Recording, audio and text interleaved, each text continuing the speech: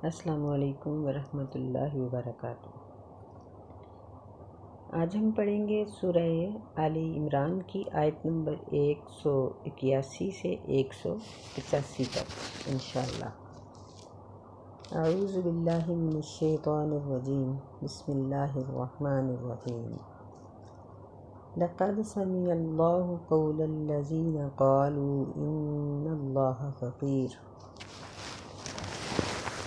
البتہ تحقیق، بلا شبہ، سمع اللہ تعالیٰ نے سن لیا ان لوگوں کا کہنا جو کہتے ہیں ان اللہ فقیر ونحن اغنیاء، کہ بے شک اللہ تعالیٰ فقیر ہے اور ہم غنی ہیں، نعوذ باللہ من ذالک۔ سنکتب ما قالوا وقتلهم الانبیاء بغیر حق، عن قریب ہم اس چیز کو جو وہ کہتے ہیں لکھ لیں گے۔ وقتلهم الانبیاء بغیر حق، اور ان کا انبیاء علیہم السلام کو قتل کرنا بغیر حق کے، یعنی شرعی حق کے بغیر۔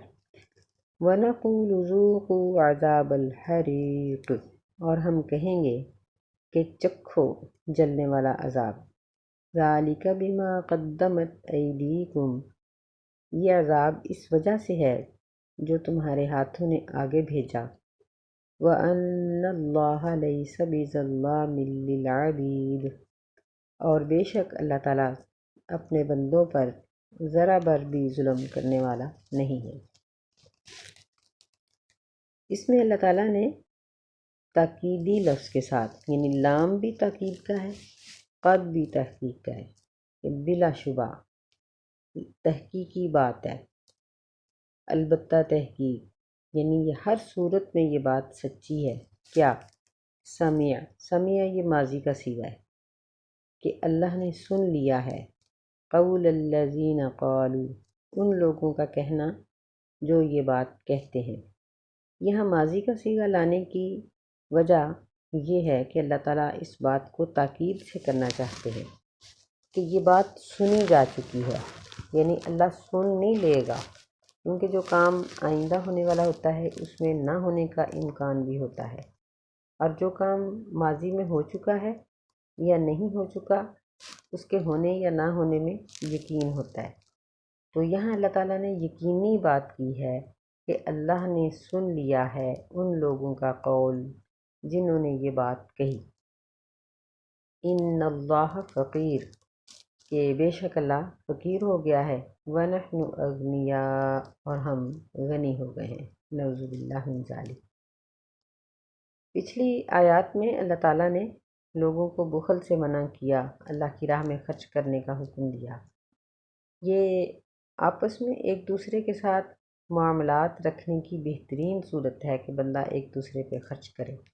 اس سے خرچ کرنے والے کی عزت بڑھتی ہے، جس پر خرچ کیا جاتا ہے اس کے دل میں ہمدردی اور نرمی پیدا ہوتی ہے، اور عزت اور دوسرے کے اپنے سے کم تر کے ساتھ نرمی، یہی دو چیزیں ایسی ہیں جن سے معاشرہ ایک دوسرے کے ساتھ مربوط رہ سکتا ہے، جڑا رہ سکتا ہے۔ ورنہ اللہ تعالیٰ کے لیے یہ بات مشکل نہیں تھی کہ اللہ تعالیٰ ہر ایک کو دولت دے دیتا، لیکن اگر ہر ایک کو دولت مل جاتی تو کوئی کسی کا پرسان حال نہ ہوتا۔ اس کی دلیل آپ دیکھ لیں کہ محلوں میں اور ٹاؤنز میں کتنا فرق ہوتا ہے۔ محلوں میں، گلیوں میں غریب لوگ رہنے والے ہوتے ہیں، کوئی چند امیر بھی ہوتے ہیں، تو غریبوں کے دیکھا دیکھی امیروں کو بھی چاروں نچار ایک دوسرے کا حال چال پوچھنا پڑتا ہے۔ لیکن ٹاؤنز جو ہوتے ہیں ان میں تمام لوگ تقریباً امیر ہوتے ہیں اور کوئی اکا دکا غریب ہوتا ہے۔ تو یہاں دیکھ لیں کہ حالات اس قسم کے ہوتے ہیں کہ کسی کو پتہ نہیں کہ ہمسائے کے گھر میں کوئی بیمار ہے یا تندرست، کوئی فوت ہو گیا ہے یا زندہ۔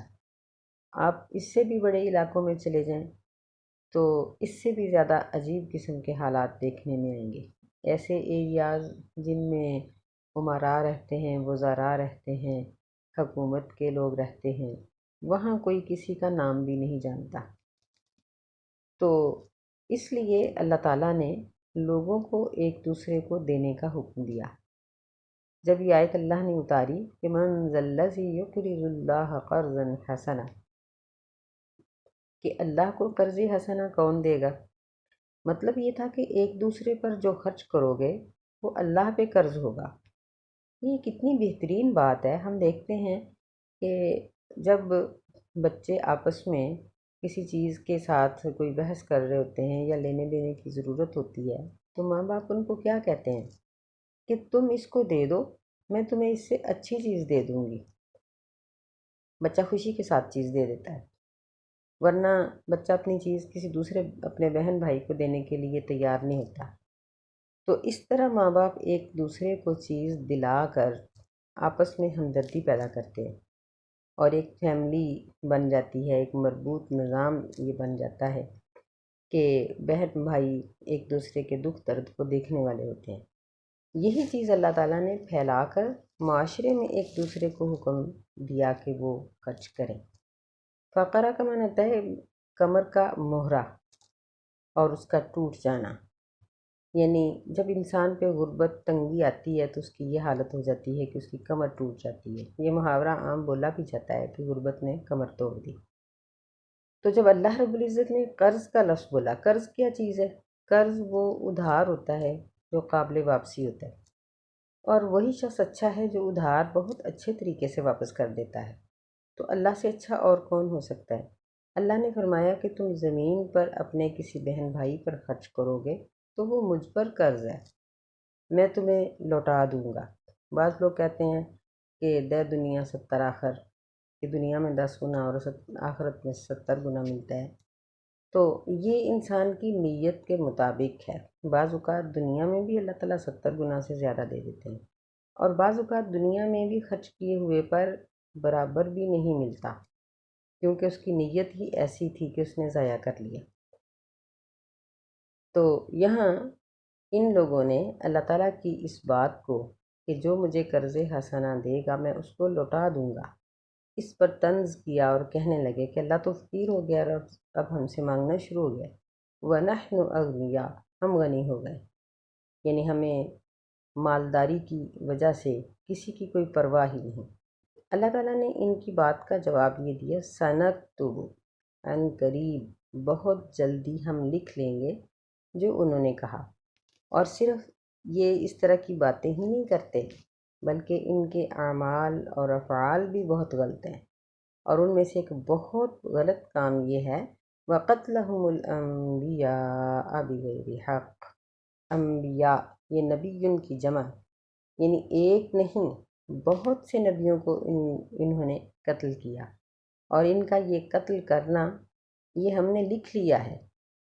وَنَقُولُ ذُوقُوا عَذَابَ الْحَرِيقِ، اور ہم کہیں گے یعنی موت کے وقت بھی اور قیامت کے دن جہنم میں پھینکنے کے بعد بھی کہ تم اپنے اس عذاب کو چکھ لو، یہ جلنے کا عذاب، آگ کا عذاب چکھ لو۔ چکھنے کا لفظ اس لیے بولا گیا کہ جسم کو جو اذیت ملتی ہے نا یا راحت ملتی ہے اس کا اثر انسان کی زبان تک بھی پہنچتا ہے۔ اگر ایک بندہ بیمار ہو یا چوٹ لگ جائے یا بخار ہو جائے تو اس کا منہ کڑوا ہو جاتا ہے۔ تو اس لیے فرمایا کہ ہم کہیں گے کہ عذاب کا مزہ چکھو جو تمہاری جسمانی حالت کے ساتھ ہی نہیں ہوگا بلکہ جسم سے ہو کر تمہاری زبان تک اس کا ذائقہ پہنچے گا۔ اعاذنا اللہ من، اللہ ہمیں محفوظ رکھے ہر چھوٹے بڑے عذاب سے، موت کے وقت کا عذاب، قبر کا عذاب، جہنم کا، حشر کا، اللہ ہم سب کو محفوظ رکھے۔ ذالک بما قدمت ایدیکم، یہ اس وجہ سے ہے کہ جو تمہارے ہاتھوں نے آگے بھیجا، یعنی جو دنیا میں اعمال آگے بھیجتے رہے ہو یہ اسی کا بدلہ ہے۔ وَأَنَّ اللَّهَ لَيْسَ بِظَلَّامٍ لِّلْعَبِيدِ، اس میں ظلام یہ مبالغے کا صیغہ ہے، یعنی مبالغے کا معنی یہ ہوتا ہے کہ بہت زیادہ۔ تو مطلب یہ ہے کہ اللہ تعالیٰ ایسا نہیں کہ وہ اپنے بندوں پر ظلم کرے۔ تو اگر اس کا معنی یہ لیا جائے کہ اللہ بہت ظلم کرنے والا نہیں ہے تو پھر کیا مطلب ہوا کہ تھوڑا کر لیتا ہے؟ نعوذ باللہ من ذالک۔ تو لغت کے لحاظ سے اس کا معنی یہ بنتا ہے کہ مبالغے کے لفظ پر جب نفی آ جائے تو وہ نفی کا مبالغہ ہوتا ہے، مبالغے کی نفی نہیں ہوتی۔ یعنی یہ نہیں کہا جا سکتا کہ اللہ بہت ظلم نہیں کرتا مگر تھوڑا کر لے گا، بلکہ نفی میں مبالغہ ہے کہ اللہ تعالیٰ بالکل ظلم نہیں کرتا، رتی برابر بھی کسی پر ظلم نہیں کرتا، معمولی سے معمولی ظلم بھی اللہ تعالیٰ کسی کے اوپر نہیں کرتا۔ یعنی بندے کو وہی چیز ملے گی جو اس نے کیا، اس کے علاوہ کسی ایسی چیز سے اس کو ہمکنار نہیں ہونا پڑے گا جو اس کا اپنا عمل ہی نہیں۔ اللہ کے انصاف کا یہ تقاضا ہے کہ ہر شخص کو اس کے اپنے عمل کا بدلہ ہی ملے گا اور وہ قیامت کے دن اپنے عمل کو پہچانے گا۔ فرمائے کہ الذین قالوا ان اللہ عہد الینا الا نؤمن لرسول، کہ اللہ کو فقیر کہنے والے، انبیاء کو قتل کرنے والے یہ کون ہیں؟ یہ وہ لوگ ہیں قالو، جنہوں نے کہا، یعنی یہ یہودی ہیں جنہوں نے یہ بات کہی، ان اللہ عہد الینا، کہ بے شک اللہ تعالیٰ نے ہم سے یہ عہد لیا ہے، اللہ نؤمن لرسول، کہ ہم ہرگز ایمان نہ لائیں کسی بھی رسول پر، حتی یأتینا بقربان تأکلہ النار، یہاں تک کہ وہ ہمارے پاس قربانی لے کر آئے جس کو آسمانی آگ یا آسمانی بجلی کھا جائے۔ یعنی یہ یہودیوں کا کہنا تھا کہ اللہ نے ہم سے یہ عہد لیا ہے، حالانکہ اس عہد کا ذکر کسی بھی کتاب میں موجود نہیں، جبکہ اللہ تعالیٰ کے تمام احکامات کتابی شکل میں لکھے ہوئے ان کے پاس موجود تھے اور ہر قوم کے پاس موجود ہوتے ہیں، لیکن ایسی کوئی بات کہیں بھی نہیں مل سکتی۔ اس لیے اللہ نے فرمایا قُلْ قَدْ جَاءَكُمْ رُسُلٌ مِّن قَبْلِي بِالْبَيِّنَاتِ، کہ کہہ دیجئے اے میرے نبی صلی اللہ علیہ وسلم، قد جاءکم، تحقیق آئے تمہارے پاس، رسول، یہ رسول کی جمع ہے، بہت سے رسول مجھ سے پہلے، بالبینات، روشن دلائل لے کر، وبالذی قلتم، اور وہ چیز لے کر جو تم کہتے رہے، یعنی تمہارے منہ مانگے معجزے، جس طرح سیدنا صالح علیہ السلام کو اونٹنی ملی، سیدنا موسیٰ علیہ السلام کو عصا ملا، ید بیضاء ملا۔ تو فرمایا کہ اس قسم کے معجزات کے ساتھ تمہارے پاس جب وہ آئے، فَلِمَ قَتَلْتُمُوهُمْ إِن كُنتُمْ صَادِقِينَ، بس تم ان کو کیوں قتل کرتے رہے اگر تم سچ بولنے والے ہو؟ یعنی اب تم نبی صلی اللہ علیہ وسلم کی تصدیق کے لیے اتنے پابند ہو رہے ہو کہ ہمارے پاس جب تک قربانی نہیں آئے گی تو ہم اقرار نہیں کریں گے، تو پہلے نبیوں کو وہ تمام معجزات دے دیے گئے جو تم نے مانگے، پھر تم نے ان کو کیوں قتل کیا؟ جیسا سیدنا یحییٰ علیہ السلام اور بہت سے نبیوں کے بارے میں موجود ہے کہ یہ قتل کیے گئے۔ سیدنا عیسیٰ علیہ السلام کو اپنی طرف سے تو قوم نے سولی چڑھا دیا تھا، بچا لیا تو اللہ تعالیٰ نے بچایا تھا، فرمایا کہ پھر ان کی اطاعت تم لوگوں نے کیوں نہیں کی؟ فَإِن كَذَّبُوكَ فَقَدْ كُذِّبَ رُسُلٌ مِّن قَبْلِكَ، بس اگر وہ کذبوک، آپ کو جھٹلا دیں، آپ صلی اللہ علیہ وسلم کو، بس تحقیق کذب رسل، جھٹلائے گئے بہت سے رسول، من قبلک، آپ سے پہلے، یعنی ان کی یہ عادت ہے، یہ پہلے بھی رسولوں اور انبیاء کا یہ انکار کرتے آئے ہیں، یہ کوئی نئی بات نہیں، آپ اس بات پر پریشان نہ ہوں۔ فرمایا کہ جاءوا بالبینات والزبر والکتاب المنیر، وہ آئے تھے روشن دلائل لے کر، والزبر، یہ زبور ان کی جمع، صحیفے لے کر، اور والکتاب المنیر، اور روشن کتاب لے کر، یعنی ایسی منور کتابیں، ایسے احکامات دے کر وہ رسول ان کے پاس آئے تھے کہ جن کے احکامات بالکل واضح تھے اور انسانیت کے حق میں فائدہ مند تھے، لیکن ان لوگوں نے ان کتابوں اور صحیفوں والے انبیاء کو بھی یا تو جھٹلا دیا یا قتل کر دیا۔ تو اب یہ کس چیز کی نشانی مانگ رہے ہیں؟ دراصل یہودی اپنی انا نہیں چھوڑنا چاہتے تھے، اور ان کو اس بات کی بہت تکلیف تھی کہ اگر ہم نبی علیہ الصلاۃ والسلام کی اطاعت کرتے ہیں تو ہماری چودراہٹ کہاں جائے گی، کیونکہ ان کی چودراہٹ بدمعاشی والی تھی، لوگوں سے سود لیتے تھے، لوگوں کو اور بھی بہت سی برائیوں پر مجبور کرتے تھے، ان کو تنگ کرتے تھے، ہمدردی نہیں کرتے تھے۔ یہ انتہائی ضدی اور ظالم قوم ہے، تو اس لیے یہ لوگ یہ پلاننگ کیے بیٹھے تھے کہ ہم اللہ تعالیٰ کو یہ بات کہہ دیں گے کہ ہمیں نبی صلی اللہ علیہ وسلم کی پہچان ہی نہیں ہوئی تھی، اور ایسی ایسی نشانیاں مانگتے تھے کہ جن کا پورا ہونا ممکن نہیں تھا۔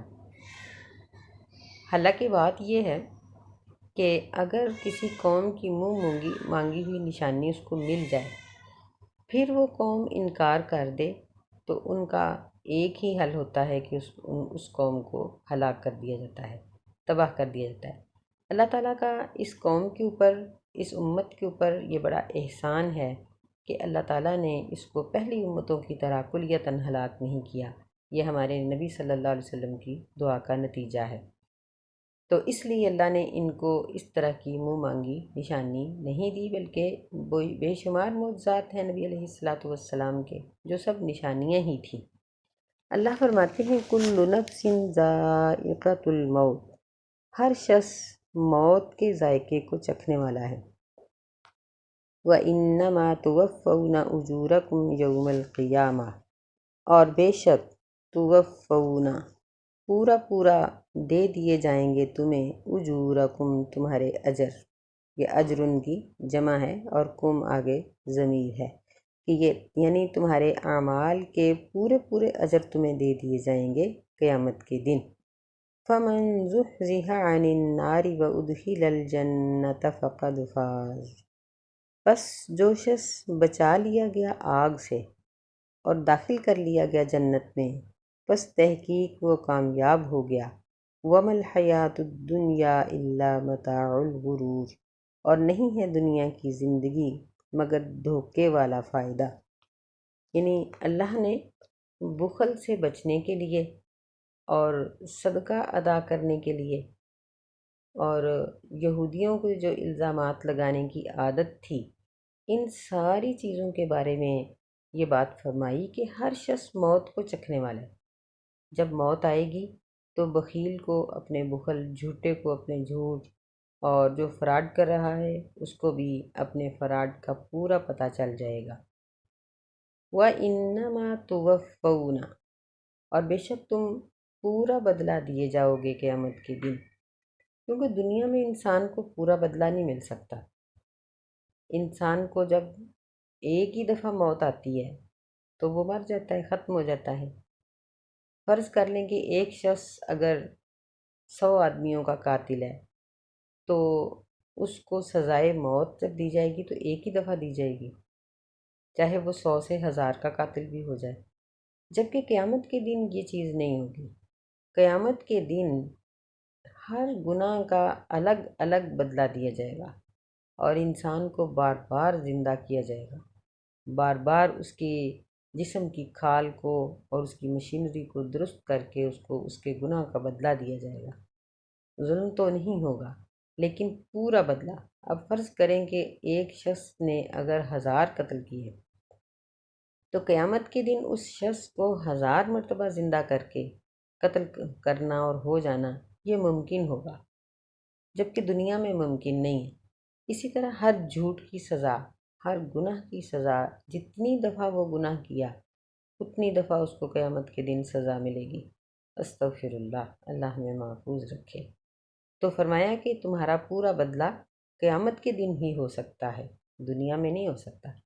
ویسے بھی بات یہ ہے کہ دنیا میں انصاف کرنے والے انسان ہی ہوتے ہیں، سزا دینے والے بھی انسان ہی ہوتے ہیں، اور ہر انسان میں کمزوری ہوتی ہے۔ اب فرض کر لیں کہ اگر ایک جج جس کے پاس مقدمہ گیا ہے وہ ایک مظلوم شوہر ہے، تو وہ ایک مظلوم بیوی کی کبھی بھی پوری حمایت نہیں کرے گا۔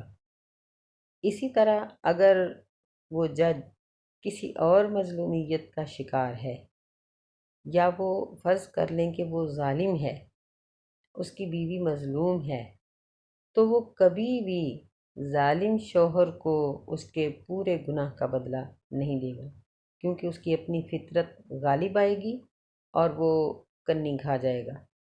لیکن قیامت کے دن یہ چیز نہیں ہوگی۔ قیامت کے دن اللہ کے فیصلے اٹل ہوں گے اور اللہ کے جو فرشتے سزا دے رہے ہوں گے، ان میں یہ وصف نہیں ہوگا کہ انہوں نے کسی پر ظلم کیا ہو یا کوئی گناہ ان کے اندر اپنے موجود ہو کہ وہ کسی دوسرے گناہ گار کو سزا دیتے وقت ہچکچائیں کہ میں تو خود بھی یہ کام کرتا ہوں۔ نہیں، فرشتے ان تمام گناہوں سے مبرہ اللہ رب العزت نے پیدا کیے ہیں۔ اس لیے فرمایا کہ تمہیں قیامت کے دن تمہارے اعمال کا پورا اجر دے دیا جائے گا، اور قیامت کے دن جس کو جہنم سے بچا لیا گیا اور جنت میں داخل کر دیا گیا وہی کامیاب ہوگا۔ یعنی دنیا کی اصل کامیابی یہی ہے کہ جنت کا حاصل ہو جانا، اور دنیا کی زندگی تو محض ایک دھوکہ ہے، ایک سراب ہے کہ جس کے پیچھے لگ کے انسان اپنی آخرت کو تباہ کر لیتا ہے۔ اللہ سے دعا ہے کہ اللہ ہمیں اپنی دنیا کی زندگی خرچ کر کے آخرت کی اصلاح کر لینے کی توفیق عطا فرمائے۔ آمین یا رب العالمین۔ السلام علیکم ورحمۃ اللہ وبرکاتہ۔